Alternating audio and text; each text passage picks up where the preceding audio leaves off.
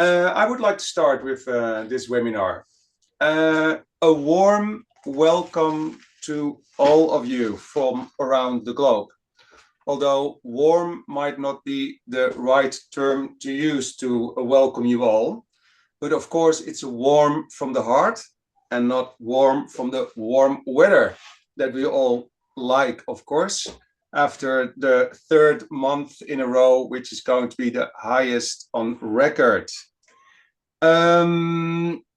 It's clear for you that I'm wearing blue and yellow, the colors of the EfCCNa logo, and that is not only a nice gesture for tonight, but it's also to make clear how proud I am to be a fellow member of the Federation, because they are so brave to kind of address a non-sexy topic for their next conference in 2025 in Bologna. And that's very important because it is for a federation like EfCCNa that they are aware of their professional position to address a very important topic like that for an audience that we would like to welcome in Bologna. It is... Nicola. Sorry? Oh, someone was welcoming me. Thank you. Welcome. Yeah, the awareness, the responsibility that EfCCNa has to address a topic like environmental, the climate change, to address it as a topic for the conference. And so there, yeah, it is sustainability, which is a term which is strongly connected to EfCCNa itself, because sustainable is what they, the sustainability is there in their development, their professional development after 25 years they established. And of course, that is a sign of the sustainability of the Federation itself to invest in sustainable networks and also in sustainable policy making. That's why we're here today. This is our third webinar. The first two were in advance, lining up for the Congress in Amsterdam in 2023. And this one is for the Bologna conference in 2025. So yeah, with this topic, maybe no fun facts or nice to know, but really for me, a breathtaking reflection of our professional carbon footprint as ICU nurses. So not a really fancy take-home message, but a message at which you can elaborate during coffee break with your colleagues, but a really, really important topic to address on your team meeting with your fellow nurses. I would like to see the agenda for now. We start with a presentation of Willemke Stilma, and she's going to do a presentation on the sustainability in the ICU. And then after that, we have a presentation by Paul Roth of the EfCCNa position statement on sustainability. And after that, you are randomly assigned to a breakout room, which we have 4 of, and there is a moderator and who is going to talk about the topics that we would like to talk about in the breakout room with smaller groups. And after the breakout rooms, we come back, and I would like to have a small back message from the moderators to kind of have a wrap up and to make a take-home message for everybody after the end of the program. At the end of the program, there will be a QR code still visible, and you can use the QR code to download the position statement of EfCCNa. So I would like to introduce, or not, I think Willemke can introduce herself, and I would like to give the floor to Willemke with her presentation. Thank you, Wouter. That's very kind of you. My name is Willemke Stilma, and I cannot use it now. Oh yeah, it's coming. I work as an educator on the Amsterdam University of Applied Sciences, and I'm a former ICU nurse. And I'm also a member of the board of Dutch National Professional Organization for Critical Care Nurses. And in the coming presentation, I will tell you a little bit about the background from sustainability and healthcare that we provide. And there are two research methods known within this field: material flow analysis and life cycle assessment, that I will discuss. And I will talk about airway care interventions, which is my domain of research, and education. And I will finalize with giving you the first, tips and tricks you can do on your ICU and within your healthcare, daily healthcare. It's not,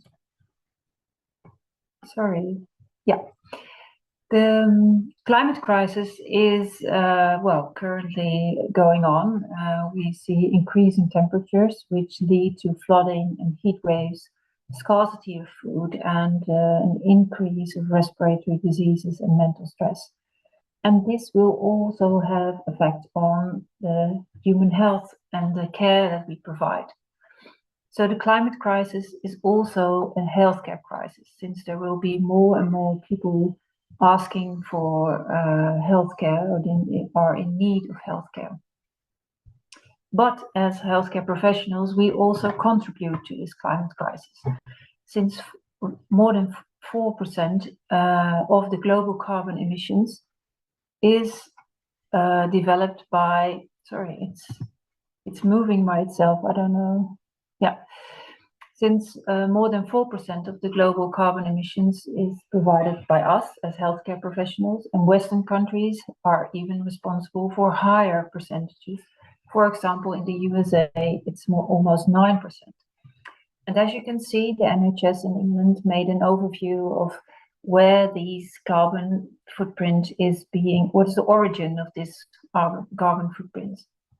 And this is for a large part the use of medicines, medical equipment, and the supply chain that is needed to provide this care, but also the personal travel by healthcare professionals and the travel that is needed for businesses.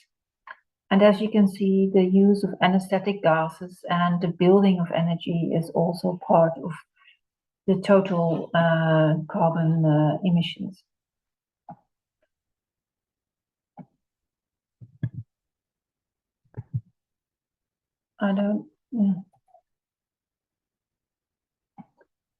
To work towards more sustainable care, the European Union has formulated 5 goals in the Green Deal for sustainable healthcare.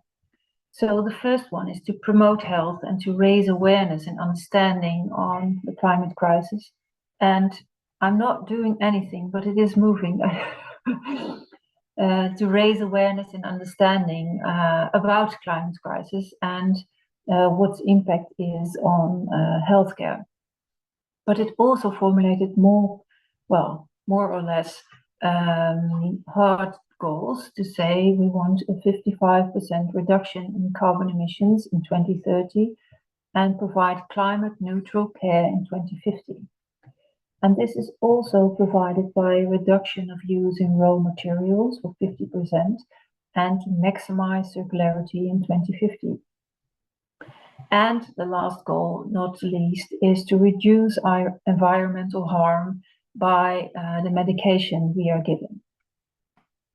And I can imagine that the first 2 points might be, more easy to understand, but the others are really easy connected with a complex situation, because it's not easy to change the project we use or to start making your own ways of materials that you're using.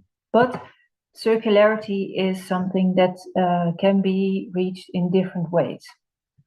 And therefore, I would like to share with you the next slide, please.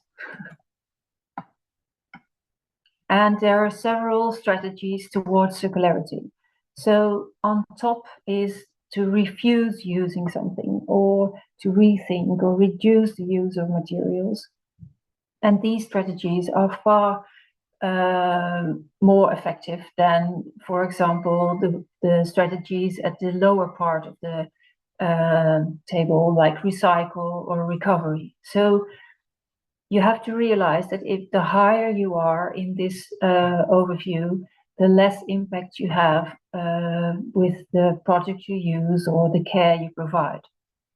And I think this is an important guidance that you can use by in the way you organize your care, or in the materials you use, or the disposables that you use. So please think, do I really need this glove, or do I really need this amount of liquid or gases, or can I provide my care in another way?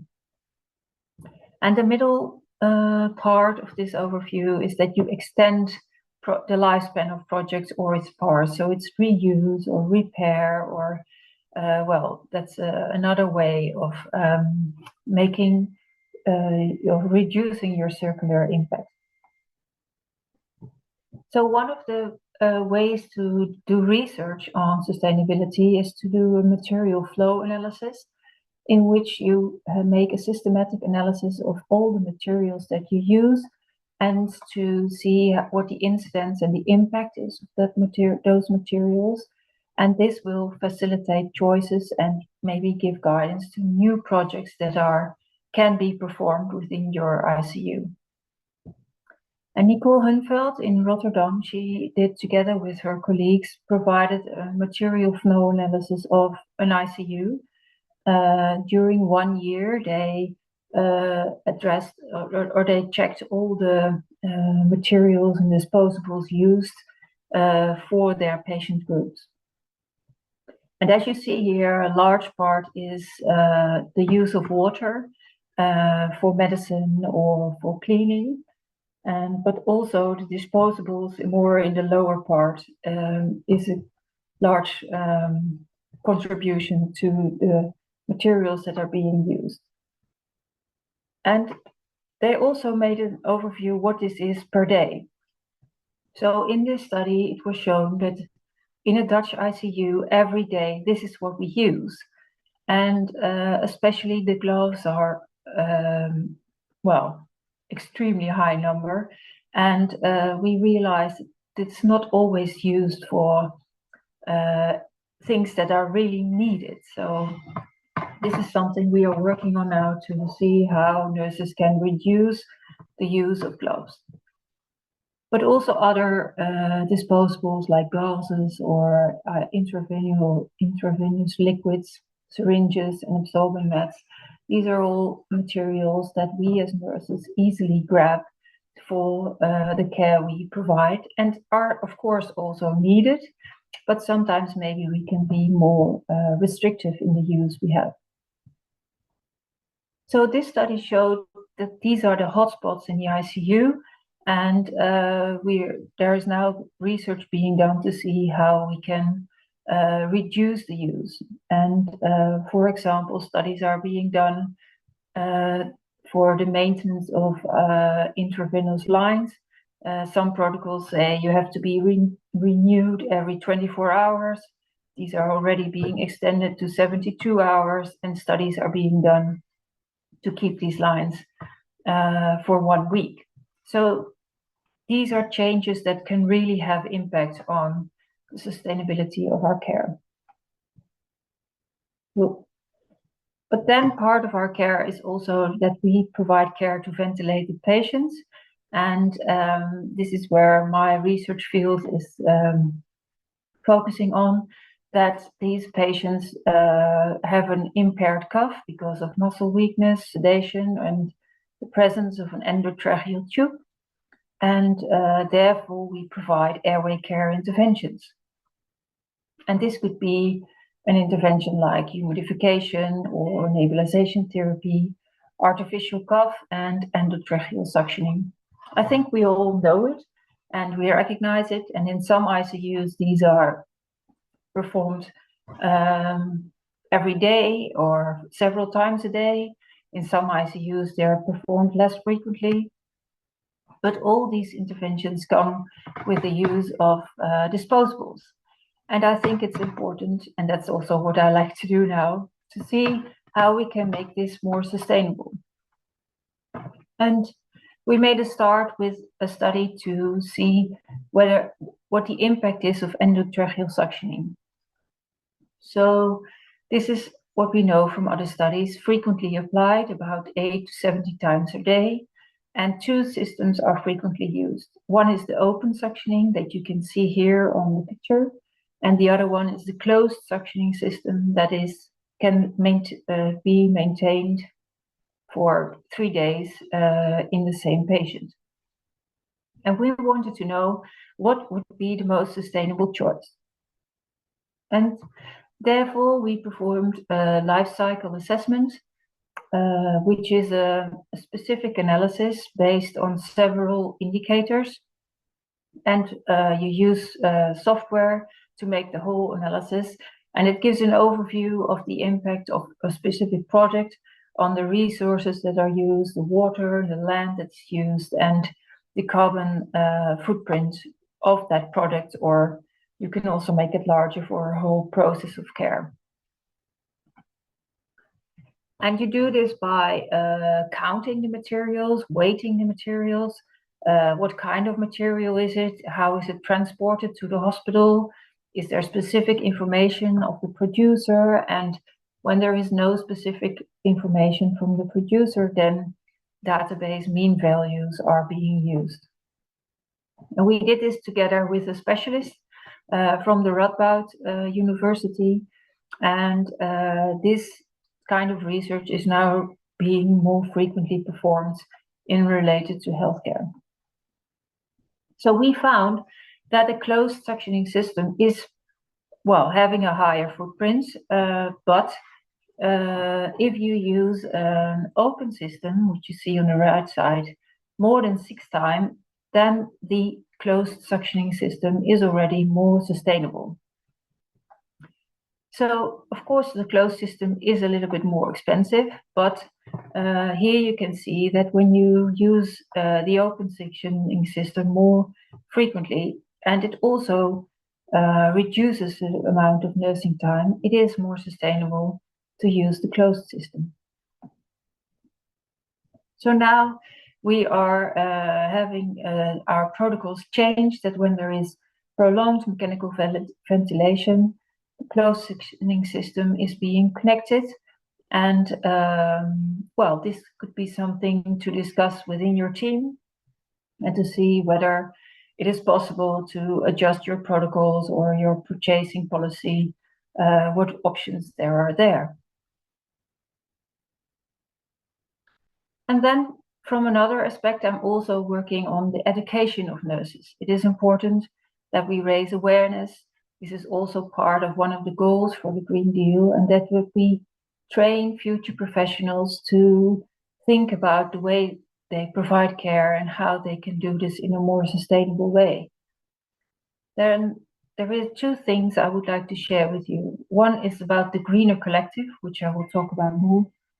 And the other one is really practical toolkit developed by the European Union about nurses and sustainability.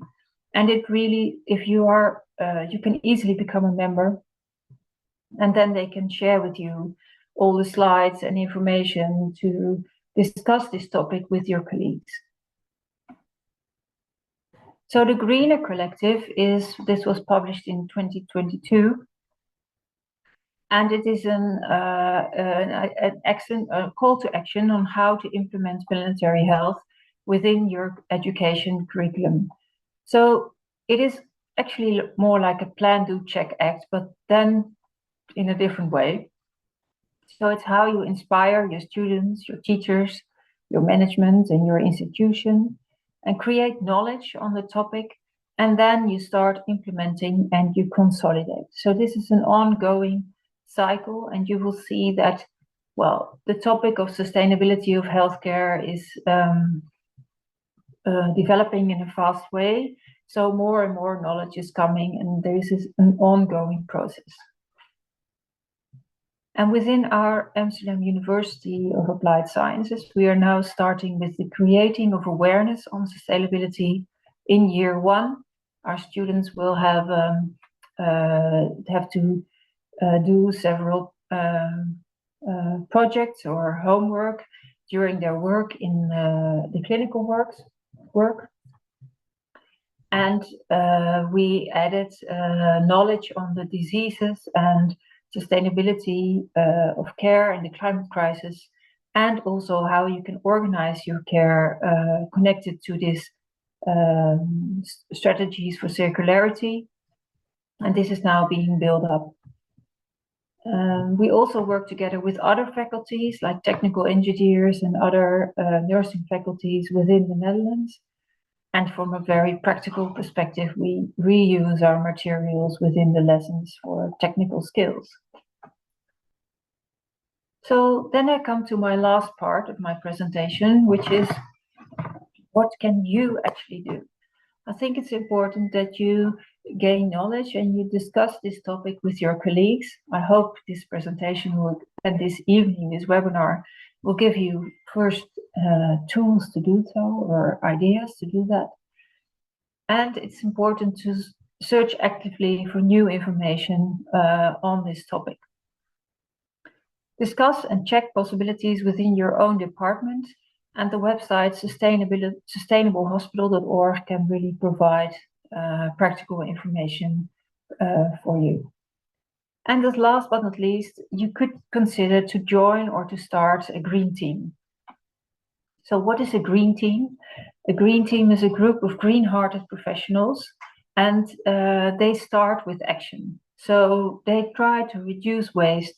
They have practical projects varying from cleaning your inbox and your email to setting up a freezer challenge, or to reduce the use of gloves. They inform their colleagues, they inspire colleagues, and they connect together with other green teams from within a hospital or from green teams in other hospitals. So in the Netherlands, this is really, increasing. Maybe also in your country or another country, but you will see that the people that are in these teams, they are really enthusiastic and really easy or open to share their knowledge and to connect with. So then a last part, and I think this is also from my background as a researcher, I think it's important to realize that when there is no evidence or for benefit of a certain intervention, or it is maybe potentially harmful and there is not really evidence to perform that intervention, then it's also from a perspective of circularity, the best option to not perform that intervention, so to refuse. So please think about the care we provide, and maybe we can spare time and be more circular in the care we deliver. So as a conclusion, we as healthcare are responsible for quite a large part of carbon emissions. Within the European Union, the Green Deal has formulated 5 goals towards sustainable healthcare. It is important that we increase our awareness and that we decrease the use of disposables. Well, research is on its way. Several researchers are working on it, and I think it's important that we connect together, while together we achieve more. Thank you so much. Okay, I think I'm visible, or at least hopefully you can hear me. Thank you very much, Wilmke, for your excellent presentation. Absolutely. I already in the introduction said that we're going to share some breathtaking facts. And although for me it's the second time, because of course in the preparation I've gone through your presentation, your slides, it is still like, wow. So it's a complete presentation because you share facts with us. You share with us a new language with the 9 R's of circularity, which of course is in language that we have to use as professionals. But you also give us good examples, practical examples, for example, the use of a closed suction system, And you also give a plan to act scheme for the implementation of small changes.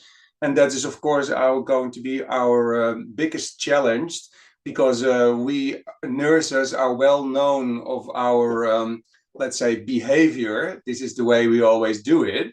So the biggest challenge in the future is to change that behavior. We agreed that there is no space for answers coming from the chat that we had coming in. Hopefully, at the end, I can do that in the wrap up.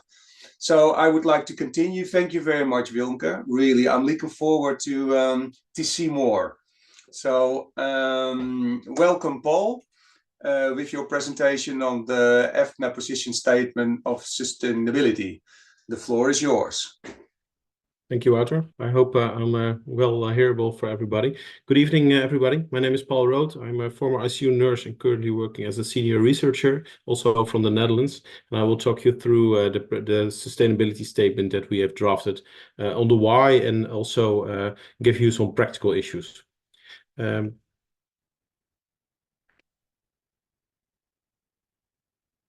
So to let you in right away, if you want, you can use your smartphone to scan the QR code, and you will be able to download it right away.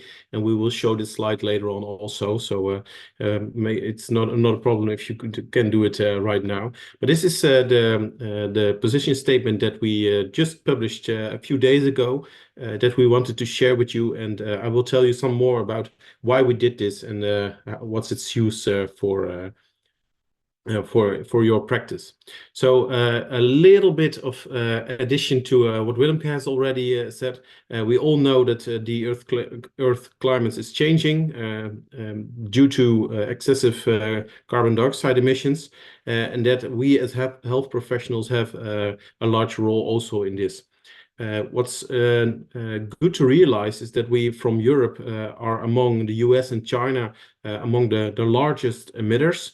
So the largest part of the CO2 globally is coming from us, and that also gives us an opportunity to influence the amount of carbon dioxide that we're expending. So as we know, the climate is already changing. Action is required. We should act, and not only we, but all sectors, of course. But we really feel obliged from the nursing perspective to also do our take our role and also be active in reducing our carbon footprint. So we're not the only one, fortunately. The United Nations have developed 17 Sustainable Development Goals. There are quite some much, but for us, number 13 is really important, the climate action, and there are some other among that will be relevant to our profession. But for tonight, we will just focus us on the climate action and how this is dealt with, but it's important to realize that there are multiple sectors currently working on reducing their carbon dioxide footprint, and hopefully that will also give us some extra motivation just to do the best we can, knowing that all the other sectors will do that as well. So the WHO, the World Health Organization, has also developed a roadmap.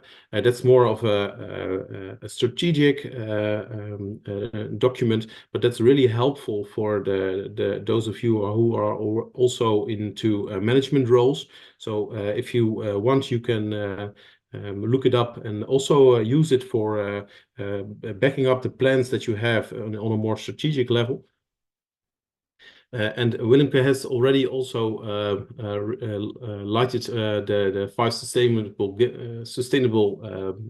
healthcare goals. But what's nice to also add is that the EU is striving to be the first climate neutral continent. And from EfCCNa, we really feel this as a great challenge, and also that will have a great addition to reducing CO2. So this is also something, some strategic documents that are backing us up in our initiative. So why is this so important? If you look at the numbers, we as nurses and midwives in this scheme are a really big working force within healthcare. We comprise of more than 50% of healthcare personnel. So that also gives us a great incentive to realize these goals. And we have great also potential to do things that really matter. And the things that are stated in the statement may seem small, but if you add them up for the entire Europe or even globally, that will really have impact on reducing CO2. So I think it's really important that we realize that as we are such a big working force, that we really have also got the potential to really impact nature, because it's us who select most of the stuff that we use during our care for the patient. So it will really matter what we do in this. So to give you a little bit of background on how the sustainability statement was comprised, we have been working on this for just over a year. What we did in April of 2023, we founded a working group about sustainability, as we saw that this is a really important topic. And we agreed on having regular meetings to get a good idea about the strategic steps that should be taken to stimulate sustainability throughout the European Union. And we did it in a multinational working group, a meeting online mostly, but also twice a year we have a council meeting anywhere in Europe. In Skopje, it was in April of last year, and in October of last year we met in Bratislava in Slovenia. And there we got together to really make steps within the development of the statement.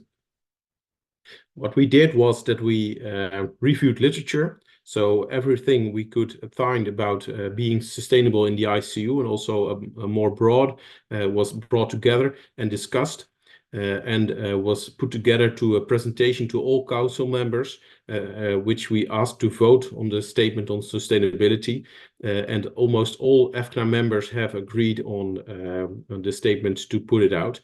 So what we did next is that we drafted a sustainability statement, which was approved by all our members. So all the members from Europe, and after we got their consent, we decided to publish also in a scientific way in Nursing in Critical Care. So I will take you briefly, because we don't have much time, to the highlights of the sustainability statement, and please do read it by yourself for more information. But what's most important, that we think that because we are such a great in great numbers as nurses, we have a pivotal role in the transitioning. And as we currently produce large amounts of waste, we also have great potential to reduce them. So we think that all ICU nurses in Europe could and should have a role in endorsing sustainable ICU practices. And how that is made practical, we can't fill in for everybody, but we call on your own professional expertise to do whatever you can to be more sustainable if possible.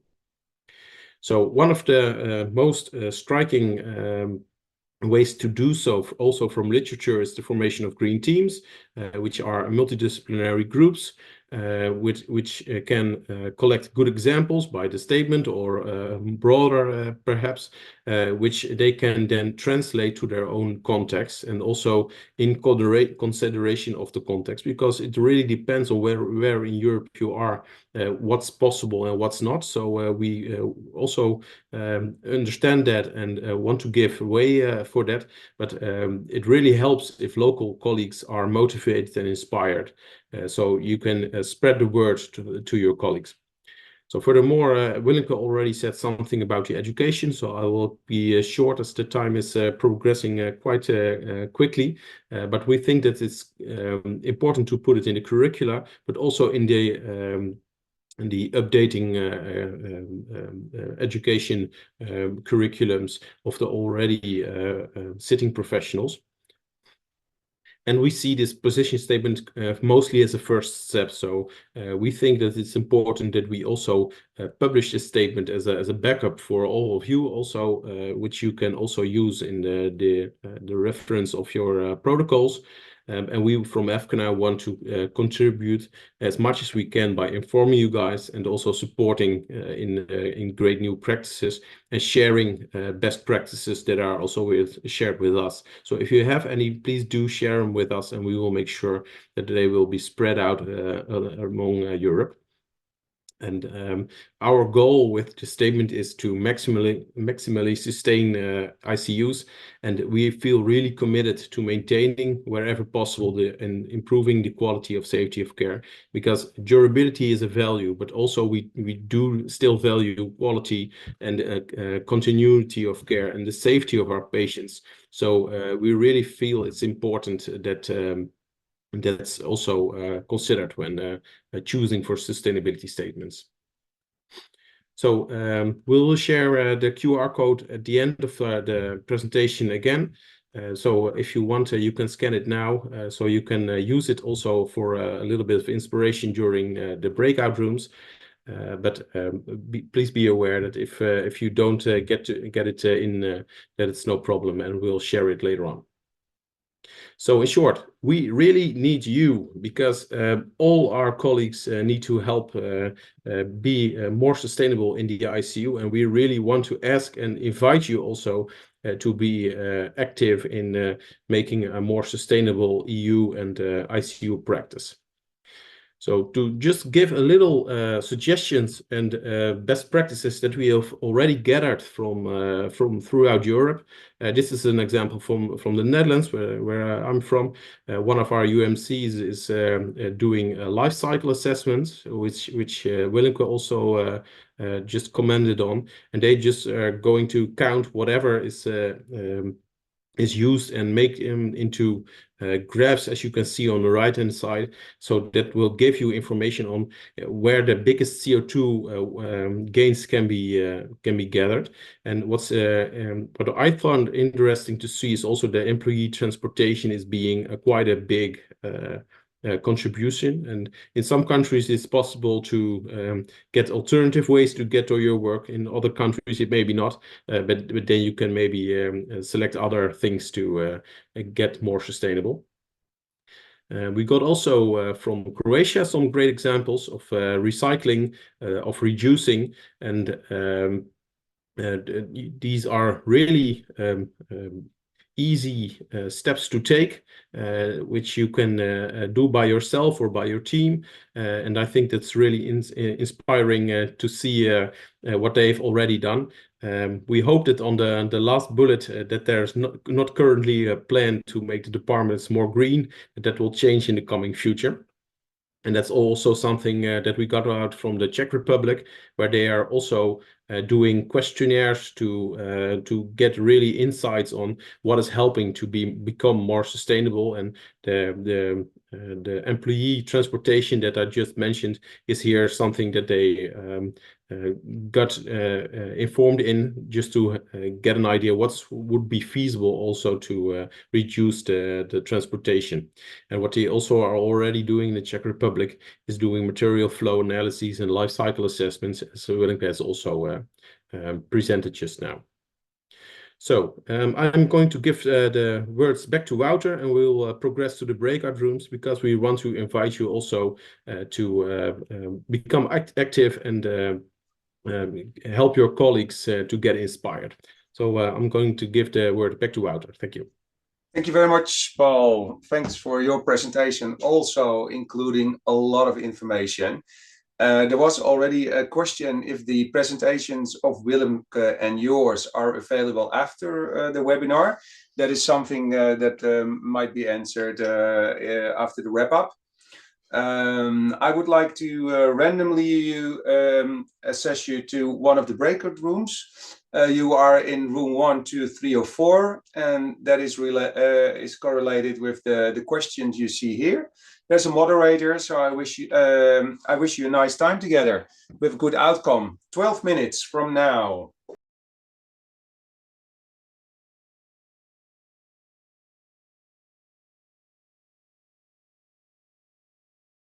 We had to improvise a little because I became the moderator of room number 3 because the connection of Jelena was not good enough. So we had a little, we had a smaller, we had less time, but I think we have the best outcome. So that comes with the wrap up. So who was the, I think Willemke, you were the moderator of room number 1. So what do you already do? Well, we've shared various things that are being done, and this is like focusing on the use of energy. So turn off lights, turn off running devices when they are not being used, and also reduction of the use of gloves or other materials. Within the education, initiatives are being taken to raise awareness on sustainability and to see how this knowledge can be intertwined. This was in the HAN in Nijmegen in the Netherlands. And there was also done a material flow analysis on the emergency department of what materials are being used. So actually, we had quite a lot of good initiatives already being done. Okay. So I assume that you're going to ask more facts and figures about those initiatives and you take them to Bologna, aren't you? Yes, well, I would like to invite these people to make an abstract and to present the details by themselves in Bologna as a poster or a presentation. Perfect. Thank you very much, Willemke. Thank you, Wouter. Then I go to Paul.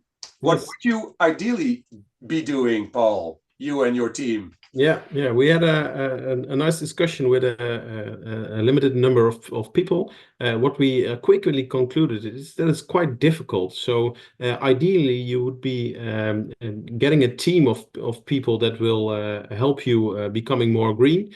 We talked about initiatives also from other hospitals that were going to recycle PVC into floorings. So that's I think a great example of what we can do. We talked also about recycling plastics that are not really connected to direct patient care and talking to recyclists that will do the recycling, of course. We had some great ideas, some great examples of here in the Netherlands where recycling is already being performed on parts of waste because 80% is not needed to incinerate actually. So ideally we would collaborate on a European scale and give great examples through to others and make a selection of what is locally being done. I think that's enough for now. Okay, thank you very much, Paul. Yeah, of course, I'm in room number 3, but it's always, of course, for me, should be the last one. So if you're all okay, I would like to give the word to Stelios, to Ellen, because you took over from Stelios.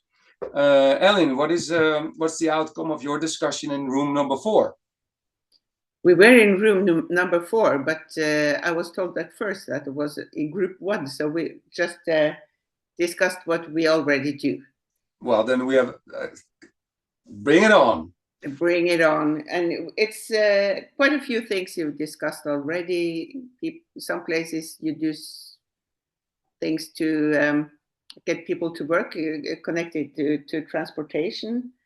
Alex told us that they had a system to pick up nurses and take them to work when there were not enough buses around. And from Mikael in Germany, he said that they were made available some bicycles that they could sort of, as I understand it, that you can borrow them or you can use them at least, and they will be repaired for you and everything, which is really good.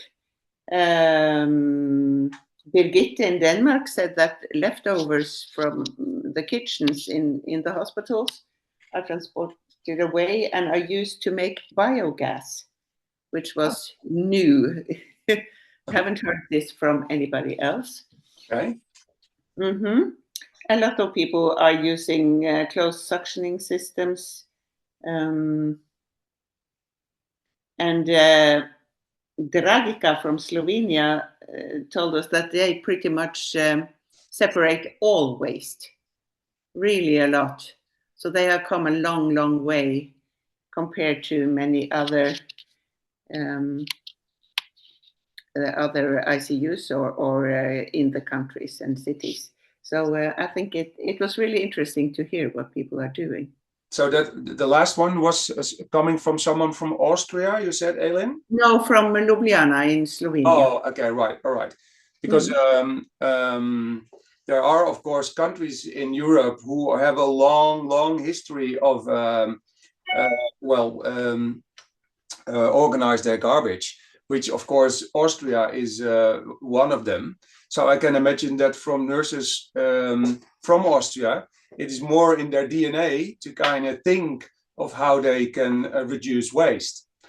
I go to room number 3. What would help to realize the ideal situation? And I think although we had a short time, we have the ideal situation. It was an amazing discussion because we started about money. So you need. We of course always say if we want to achieve things, we need budget, because we need budget to organize education and to initiate projects, to make sure that the nurses can participate in projects, and of course important to share information. At the same time, some of us said, hey, yeah, but it is very, very, very difficult to change things. The compliance of nurses to kind of change behavior is really low if you not even can agree on switching off the lights in the evening, for example, because we are so used to work with light 24/7. So we came up with the suggestion that you can, of course, make a connection with cutting costs. So if you take it from the perspective of cutting costs in your ward, you can say, okay, if we are able to cut costs for 300,000 euros in our ward this year, we can say we give 150,000 euros to the management. We keep 150 for ourselves, in which we can invest in our ward, and then at least all of us can go to Bologna for the conference. So then there is a change of behavior because there is something to achieve for us nurses. And so if we can really say, okay, if we don't need to use 56 cloves for a day, if we can cut that to 20 or to 25, that will cut costs even on a weekly basis. And if you put that on in a flow, if you make that very visible for what you're achieving, then that is a good way to change behavior. So if we all do that, I think we have a really a lot of attendees in Bologna, which would be amazing. So I think we are at the end of the webinar. A webinar of only an hour, which is short, but very on the topic.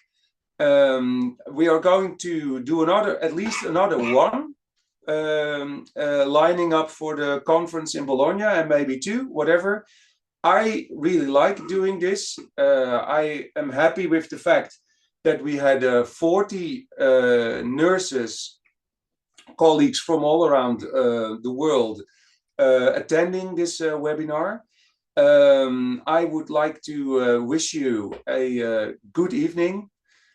For those who are in the part of the world where this is going to be evening, and otherwise I would say a good night or a nice day ahead. I would like to see you all on the next webinar, which is going to be launched somewhere soon, the date of it, and otherwise we see each other in Bologna. We'll end with the QR code of the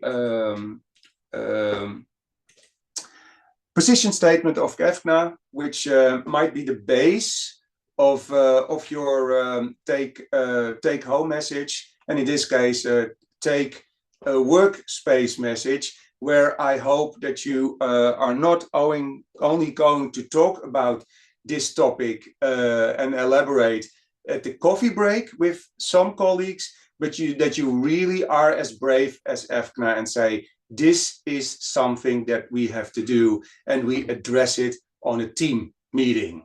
And then, of course, like Willemke already suggested, if you addressed it on your team meeting, make sure that we see you with a poster in a year. Okay, I wish you all a good night. Thank you for attendance, and we end with the QR code.